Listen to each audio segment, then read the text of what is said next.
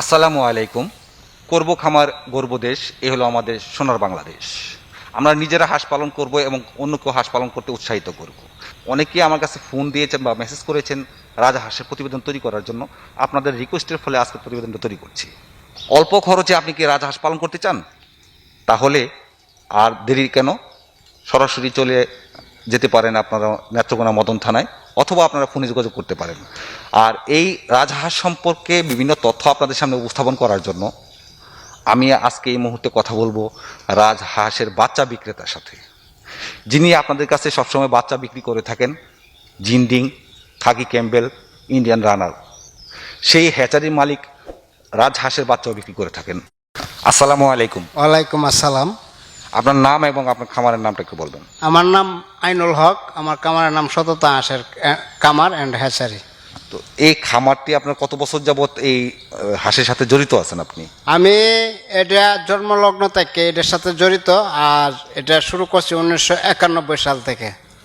আপনাদের নেত্রকোনা জেলার মধ্যে কি বেশিরভাগ সময় সবাই কি আপনার 90 এবং 91 সালে কাজকর্ম শুরু করেছেন? না, আমি এটার ময়মনসিংহ বিভাগের ফার্স্ট কারিগর, এই তুষ পদ্ধতির ফার্স্ট কারিগর আমার কইলে চলে।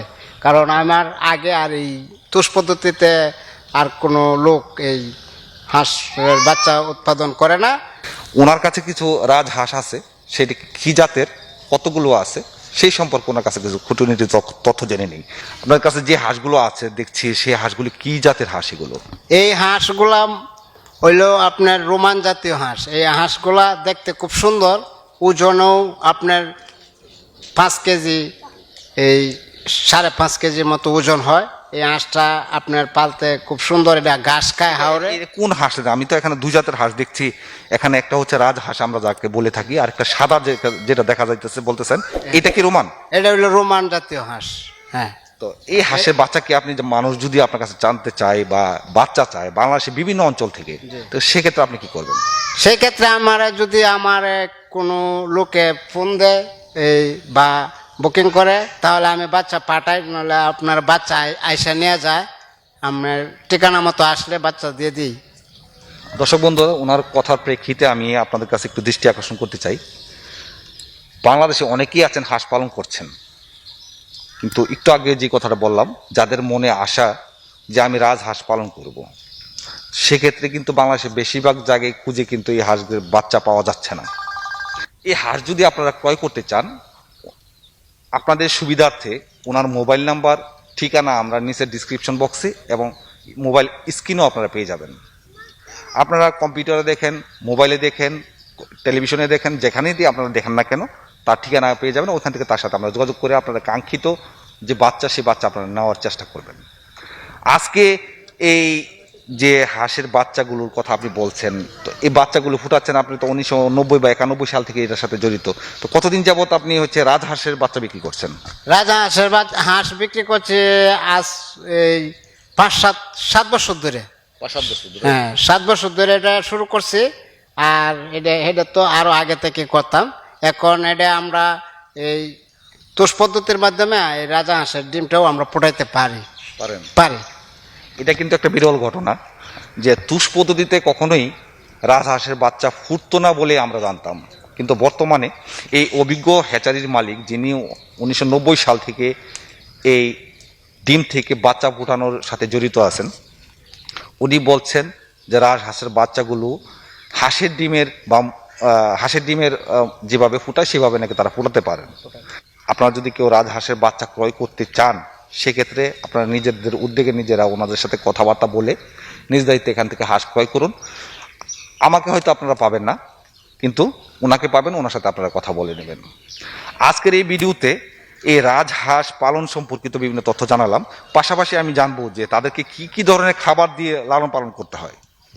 এটা মূলত আপনার এই ছোট সময় যে ক্ষেতের মধ্যে যেটা হয়, বিছড়ার মধ্যে হয়, হাওড়ে হয়, এই শাকটা কুচি কুচি করে কাটিয়ে প্রাথমিক অবস্থায় খাওয়াই। আর এটার সাথে কিছু খুদি দেই। অল্পুদি বলতে কি ওই যে চালের গুঁড়ো, যেটা চালের গুঁড়া যেটা, এটা দেই। আর এখন এখন তো আপনার ফিড খাবারও অল্প দিয়ে রাখি। আর এটা 10 দিন বয়স পরেই আপনার আর হাতের খাদ্য দেওয়া লাগে না। এটা হাওড়ে ঘাস খা, ধান খা, বিভিন্ন রকম এই মানে পোকামাকড় কীটনাশক এগুলি খেতে পারে। হ্যাঁ, আমি জানতে চাচ্ছি আপনার এলাকার মতো তো যেমন ময়মনসিংহ, কিশোরগঞ্জ, নেত্রকোনা জেলাতে হাওর অঞ্চলটা বেশি, হাওড় অঞ্চলে তাদের এখানে হাওরে থেকে তারা খাবার খেতে পারছে। হাওড় তো বাংলাদেশে প্রত্যন্ত অঞ্চলে নিলে একজন প্রান্তিক খামারি যিনি যার এখানে হাউর নেই, তখন সে এটাকে কিভাবে লালন পালন করবে? এটা এই কচুরির পেনা যদি না থাকে তাহলে ফিট ব্রয়লার খাদ্য দিতে হবে, গুটি খাদ্যটা। আর আর যদি কচুরি পেনা থাকে তাহলে কচুরি পেনা খায়। আর এটা মূলত আপনার গরু যেভাবে ঘাস খায়, গরু, ঘোড়া, মহেশ, এভাবে এই হাঁসটাও ঘাস খায় থাকে। আর হাতের খাদ্য লাগে না বেশি আর কি। তার মানে হচ্ছে যে অল্প খরচে আপনারা রাজহাঁস পালন করতে পারেন। অল্প খরচে রাজহাঁস পালন করা যায় এই আর কি। তো দর্শক বন্ধুরা, আজকের ভিডিওটি যারা দেখছেন তাদেরকে আবারও জানাচ্ছি, অল্প খরচে যে হাঁসটি পালন করা যায় তা হচ্ছে রাজহাঁস। ওনার বক্তব্য অনুযায়ী 10 দিন অতিবাহিত হওয়ার পর থেকেই তারা নিজেদের খাবার সংগ্রহ করে থাকেন।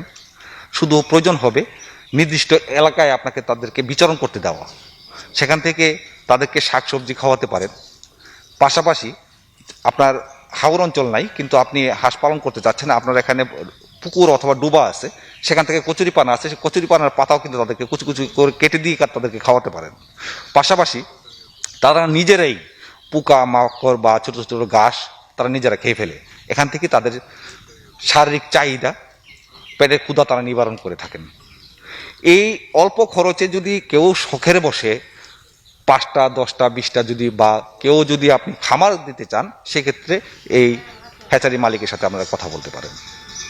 আজকের প্রতিবেদনের মধ্যে আমি আপনাদেরকে শুধু জানাতে চাচ্ছিলাম, অনেকে আমাদের কাছে ফোন করেন, অনেকে আমাদের কাছে মেসেজ করেন যে ভাই আমরা রাজহাঁসের বাচ্চা খুঁজছি, এটা পাচ্ছি না, এটা আমাদেরকে একটা তথ্য দেন। অনেকে বলেছেন যে রাজহাঁসের উপর একটা প্রতিবেদন তৈরি করেন। আপনাদের রিকোয়েস্টের ফলে আমি আজকের এই প্রতিবেদনটা তৈরি করলাম এবং আপনাদের কাছে একটা ঠিকানা বা যথাযথ ঠিকানা পৌঁছে দিতে পারলাম যে রাজহাঁসের বাচ্চারা ওইখান থেকে পাওয়া যাবে। সেক্ষেত্রে দায়িত্ব, সিদ্ধান্ত, বিবেক, বুদ্ধি, বিবেচনা, চিন্তা ভাবনা করেই আপনারা তাদের সাথে কথা বলুন, এখান থেকে হাঁসের বাচ্চা সংগ্রহ করুন। আজকের প্রতিবেদন এই পর্যন্তই। এখনো পর্যন্ত যারা কৃষি প্রতিদিনকে সাবস্ক্রাইব করেনি তারা নিচে থাকা সাবস্ক্রাইব বাটনে ক্লিক করুন এবং পাশে থাকা বেল বাটনটি বাজিয়ে দিন।